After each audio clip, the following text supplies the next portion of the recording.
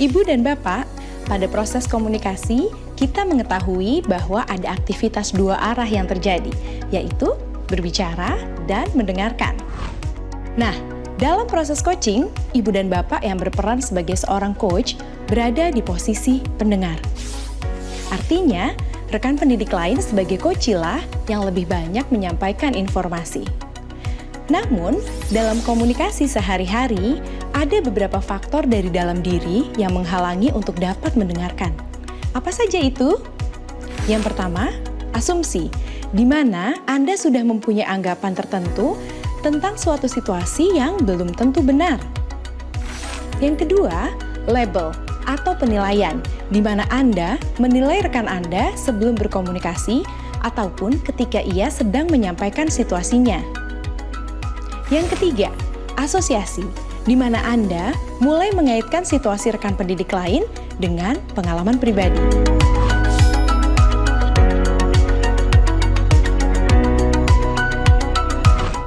Kompetensi mendengarkan aktif menjadi sangat penting dalam proses coaching, karena ini akan membantu Anda untuk memahami sudut pandang dari rekan pendidik lain, mulai dari potensi yang ia miliki, hal yang ingin ia kembangkan, dan tujuan yang ingin dicapai.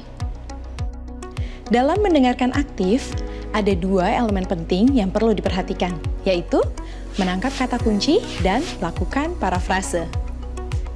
Gunakan kata kunci persis sesuai dengan yang diucapkan oleh coachee.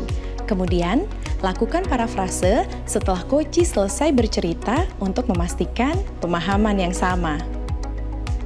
Ketika kita menanyakan kembali atau melakukan parafrase terhadap kata kunci ini, coachee juga akan terbantu untuk memahami situasi yang sedang ia hadapi. Mari kita lihat contoh kasus tentang mendengarkan aktif. Jadi begitu Bu, saya ingin sekali memperbaiki diri. Anak-anak tampak bosan saat belajar menulis dan membaca. Mereka jadi ribut dan bermain sendiri di dalam kelas. Jadi saya rasa ada yang perlu saya kembangkan dalam mengajar. Saya lihat Ibu mengajar sangat maksimal di dalam kelas. Coba Ibu, bisa jadi murid-murid ribut itu karena mereka kesulitan fokus.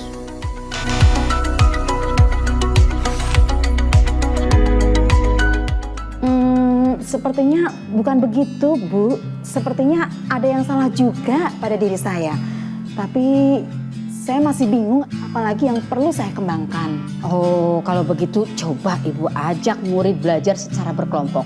Ibu bisa tunjuk salah satu anak yang paling kuat literasinya dan dia menjadi pemimpin untuk teman-temannya. Jadi mereka bisa fokus.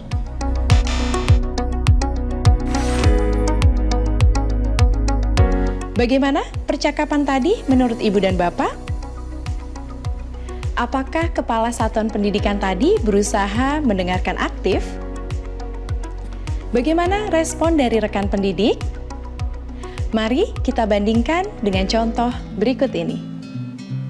Jadi begitu Bu, saya ingin sekali memperbaiki diri. Anak-anak tampak bosan saat belajar menulis dan membaca. Mereka jadi ribut dan bermain sendiri di dalam kelas. Jadi saya rasa ada yang perlu saya kembangkan dalam mengajar literasi. Ya. Oh, baik Bu. Tadi saya dengar Ibu ingin memperbaiki diri dan mengembangkan diri ya.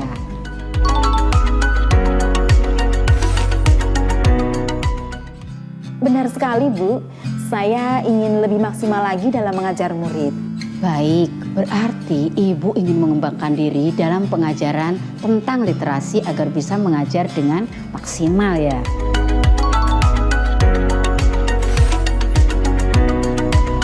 Iya Bu, itu maksud saya. Kalau saya mengajar maksimal, pasti murid pun akan tertarik, nyaman, dan lebih mudah memahami apa yang saya ajarkan. Nah, bagaimana perbandingannya dengan percakapan tadi Ibu dan Bapak? Tentu, kita ingin seperti itu bukan? Mampu mendengarkan dengan aktif, menangkap kata kunci yang memang dimaksud oleh rekan pendidik lain, dan memparafrasekannya dengan baik. Saat ini, mari kita berlatih langsung sesuai dengan contoh sebelumnya.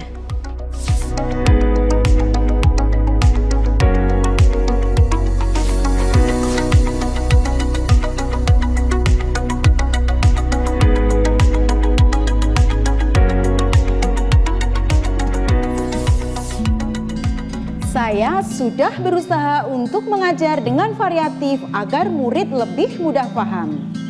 Saya ajak murid bermain dengan menggunakan kartu kata dan menyusunnya jadi kalimat. Saya juga sudah melakukan variasi metode dengan mengajak murid menonton video dan menuliskan kata yang mereka dengarkan. Tapi sepertinya usaha saya belum juga berbuah, padahal sudah sekreatif mungkin. Murid-murid saya yang memang kemampuan literasinya rendah tetap saja belum paham. Bagaimana caranya membantu murid-murid saya yang seperti ini?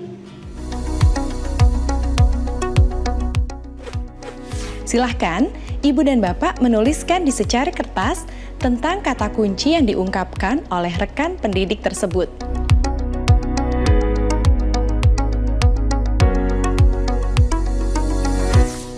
Sekarang, silahkan Ibu dan Bapak menuliskan parafrase yang akan Anda ungkapkan kepada rekan pendidik tersebut. Seandainya Ibu dan Bapak berhadapan langsung dengan rekan ini, bagaimana Ibu dan Bapak memberikan respon?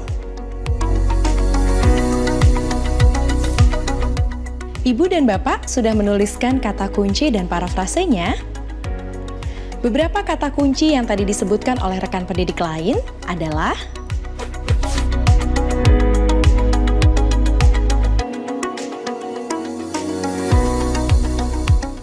saat hendak memparafrasekan dan memastikan pemahaman kita saat mendengarkan tadi, kita dapat berkata seperti ini.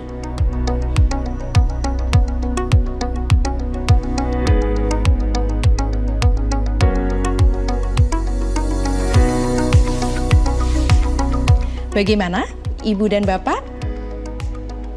Yuk, kita coba dengar kembali rekan pendidik di sekolah demi menciptakan ruang yang luas bagi mereka untuk mengekspresikan pikiran, perasaan, dan menyelesaikan masalahnya.